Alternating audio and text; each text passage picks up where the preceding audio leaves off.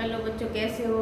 आपका मीरा क्लासेस में हार्दिक अभिनंदन है, आपका स्वागत है। हम आज चर्चा करेंगे महादेवी वर्मा पर। जैसे कि आपको पता है कि मेरी अभी जीवन परिचय की सीरीज ही चल रही है और मैंने कल छायावाद के लेखक जो है निराला जी के बारे में समझाया था। आज मैं महादेवी वर्मा जो कि छायावाद के आधार स्तंभ है उनके बारे में आपको समझाऊंगी। आप मुझसे जुड़े रहिए और जहाँ तक हो सके मेरे चैनल को सब्सक्राइब, शेयर और लाइक कीजिए। तो आज हम चर्चा करते हैं महादेवी वर्मा पर। जैसा कि आप देखते हैं आपकी किताबों में 8th से लेकर के 12th तक की किताबों में महादेवी वर्मा एक हमारी जो है ये महान कवियत्री हैं, क्योंकि इनके जितने भी हमारी क्लास से उनमें जो है उनमें जो है एक ना एक पार्ट जरूर महादेवी वर्मा का आता है। जैसे आपने गौरा के बारे में सुना होगा। गौरा एक गाय के बारे में, उनको जानवरों से विशेष प्रेम था, तो उन्होंने गाय के ऊपर एक गौरा नाम का की एक निबंध लिखी है और उसके अंदर गाय को किस तरह से पीड़ा दी जाती है और किस तरह से उसका जो है दूध निकाल दिया जाता है। ग्वाला के ऊपर सारी कहानी है। ऐसे एक नीलू राम नाम का एक कुत्ता है, उसके ऊपर भी उन्होंने बहुत अच्छा लिखा है। तो और गिलहरी है, उसके ऊपर भी बहुत अच्छा लिखा है। तो महादेवी वर्मा को जो है जानवरों से भी विशेष प्रेम है और इन्होंने जो है नारी शिक्षा पर, नारी शिक्षा की वेदना पर और जानवरों पर भी बहुत अच्छा लिखा है। तो आज हम इनके जीवन परिचय पर प्रकाश डालते हैं। ठीक है, सबसे पहले मैं आपको बताना चाहूँगी जीवन परिचय और कृतित्व। कृतित्व माने क्या होता है कि उन्होंने अपने जीवन में क्या क्या लिखा, उसको हम कृतित्व कहते हैं। कौन कौन सी इनकी रचनाएं हैं। तो सबसे पहले आता है कि महादेवी वर्मा हिंदी साहित्य की महान कवियत्री हैं। महादेवी वर्मा हिंदी साहित्य की महान कवियत्री हैं। ये जैसे आकाश में ध्रुव तारा चमकता है, ऐसे ही हिंदी साहित्य में एक चमकता हुआ सितारा है। ठीक है, ये गद्यकार भी हैं। गद्यकार माने इन्होंने निबंध और कहानी भी लिखी है और एक शिक्षाविद है कि इन्होंने जो है प्रयाग इलाहाबाद विश्वविद्यालय में इन्होंने प्राचार्य के पद पर ये जो नौकरी करती थी, तो इसलिए ये शिक्षाविद भी हैं और राष्ट्र प्रेमी भी हैं। और उन्होंने देश के लिए और उस समय जो है उस समय जो गांधीवादी युग चल रहा था, तो उन्होंने राष्ट्र प्रेम के लिए भी बहुत कुछ लिखा। अब बताइए, इनको आधुनिक युग की मीरा भी कहा जाता है, क्योंकि जिस प्रकार मीरा की प्रसिद्धि उसी प्रकार इनकी भी प्रसिद्धि, इसलिए इनको आधुनिक युग की मीरा भी कहा जाता है। अब आता है छायावाद की 4 स्तंभ। जैसे कि मैंने कल आपको निराला जी के जीवन चरित्र में भी आपको समझाया था कि छायावाद के आधार स्तंभ हैं वो 4 जने हैं। वो एक का नाम है निराला, दूसरे हैं प्रसाद, तीसरे हैं वर्मा और चौथी है पंत। तो ये इनके आपको चारों का नाम याद होने चाहिए।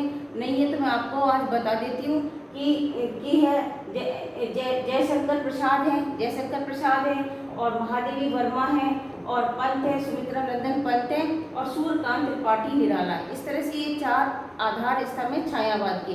तो एक स्तंभ तो मैंने कल आपको पढ़ाया था निराला जी का, आज मैं दूसरा पढ़ा रही हूँ महादेवी वर्मा का। ठीक है, तो अब आता है इनका जन्म सन 26 मार्च 1907 को इनका जन्म हुआ था। 26 मार्च 1907 का इनका जन्म हुआ था और इनका जो देहांत होता है ना वो 1987 में होता है। तो हम ऐसे उनकी उम्र निकाल सकते हैं। इनका देहांत जो होता है वो 1987 में होता है, तो हम इनकी उम्र निकाल सकते हैं। तो ये 80 वर्ष जी, 80 वर्ष जो है इन्होंने अवस्था अपनी 80 वर्ष प्राप्त की। तो इनका जन्म जो है 26 मार्च 1907 को हुआ था। कहाँ पर हुआ था? उत्तर प्रदेश के फर्रुखाबाद में हुआ था। उत्तर प्रदेश के रहने वाले थे, फर्रुखाबाद में इनका जन्म हुआ था। और कौन से सन में हुआ था? 1907 में हुआ था। इनके पिता का नाम था गोविंद प्रसाद वर्मा। इनके पिता का नाम था गोविंद प्रकाश वर्मा। माता का नाम है हेमरानी देवी माता का नाम है। वो जबलपुर की रहने वाली थी और उनके घर में पहले उर्दू और संस्कृत ही चलती थी, फारसी भी चलती थी, लेकिन इनकी माता जी थी वो हिंदी की बहुत अच्छी जानकार थी। तो इन्होंने महादेवी वर्मा को हिंदी की तरफ उनका रुख किया। ठीक है, अब आता है कि बचपन से ही लेखन कार्य प्रारंभ किया। कैसे किया? क्योंकि जब इनको स्कूल में डाल दिया गया तो जो वहाँ पर उर्दू और फारसी पढ़ाई जाती थी, तो उसमें उनका मन नहीं लगता था। फिर बाद में इनके माता पिता ने इनको छात्रावास में डाल दिया, कॉन्वेंट छात्रावास में डाल दिया। तो वहाँ पर इनकी मुलाकात किससे होती है? सुभद्रा कुमारी चौहान से। किससे होती है? सुभद्रा कुमारी चौहान, चौहान वो 7 वर्ष की थी और ये 5 वर्ष की थी। सुभद्रा कुमारी चौहान 2 वर्ष इनसे बड़ी थी। तो सुभद्रा कुमारी चौहान और महादेवी वर्मा दोनों छात्रावास में साथ रहती थी, क्योंकि एक रूम में रूममेट जो होती थी वो 4 लड़कियां होती थी। तो उसमें भी सुभद्रा कुमारी चौहान रहती थी। वो कविताएं लिखती थी और महादेवी वर्मा छुप करके कविताएं लिखती थी। एक दिन क्या हुआ कि सुभद्रा कुमारी चौहान को लगा कि ये भी कुछ तुकबंदी करती हैं, तो उन्होंने उनका जो बैग होता बस्ता होता उसमें से जल्दी जल्दी निकाल करके और सबों को बता दिया कि ये भी कविताएं लिखती है। इस तरह से बचपन से ही सुभद्रा कुमारी चौहान इनकी सहपाठी भी थी, सहेली भी थी, और इस तरह से उनकी सानिध्य में रह करके इन्होंने हिंदी साहित्य की ओर रुख किया। यहाँ तक मैंने आपको समझा दिया कि बचपन से ही लेखन कार्य प्रारंभ किया। इसके बाद में आता है शिक्षा। प्रारंभिक शिक्षा तो इनकी इंदौर में और प्रयाग में हुई थी, और बाद में 1929 के अंदर ये इन्होंने इलाहाबाद को भी आज भी प्राग कहते हैं, और इलाहाबाद विश्वविद्यालय से संस्कृत में एमए किया। हिंदी में एमए नहीं किया, संस्कृत में एमए किया। आपको ये जानकारी होनी चाहिए कि हमको 1 या 2 विषयों की पूरी तरह विषय का अध्ययन करना चाहिए, उसकी जानकारी होनी चाहिए। तो ये संस्कृत से इन्होंने हिंदी में एमए किया था, लेकिन उन्होंने लेखन कार्य जो है हिंदी के अंदर किया। हिंदी साहित्य से इन्होंने लेखन कार्य किया। तो इन्होंने इलाहाबाद विश्वविद्यालय से संस्कृत से में एमए किया। इसके बाद आता है इनका साहित्यिक जीवन।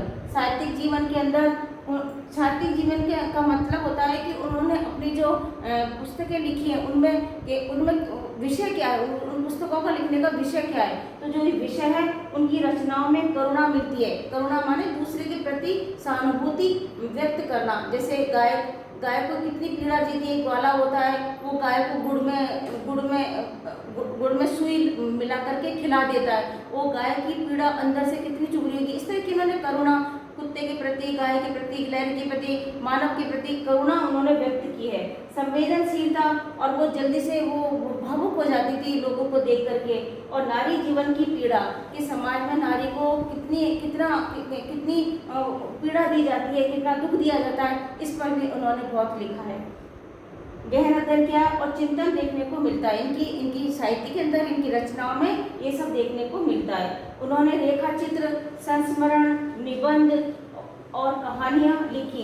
रेखा चित्र माने शब्दों की रेखा, यदि हम कोई स्क्रैच बना सकते हैं, कोई चित्र बना सकते हैं, ऐसा उन्होंने लिखा। संस्मरण माने जैसे मेरे बचपन के दिन जो 9th क्लास की किताब में पाठ है, तो उन्होंने संस्मरण मतलब चीज़ों को याद करके लिखना कि हम बचपन में कैसे थे। अब मैं आपको एक बात और बताना चाहती हूँ कि इनका नाम महादेवी कैसे पड़ा। महादेवी का मतलब होता है कि जब इनके घर के अंदर कोई लड़की 200, ऐसा कहा जाता है कि 200 वर्ष तक इनके घर में कोई लड़की पैदा नहीं हुई थी, लेकिन इनके जो दादाजी थे उन्होंने बहुत देवी की उपासना करी, पूजा करी, दुर्गा माता की उपासना करी। जब जाकर के 200 वर्ष के बाद उनके घर में एक लड़की पैदा हुई जो थी महादेवी, तो इनके दादाजी ने उसका नाम लिख दिया महान देवी, यानी कि जो देवी ने उनको जो संतान दिए तो वो महादेवी कहलाई। इस तरह से इनका नाम महादेवी वर्मा पड़ा। वर्मा उनका सरनेम है।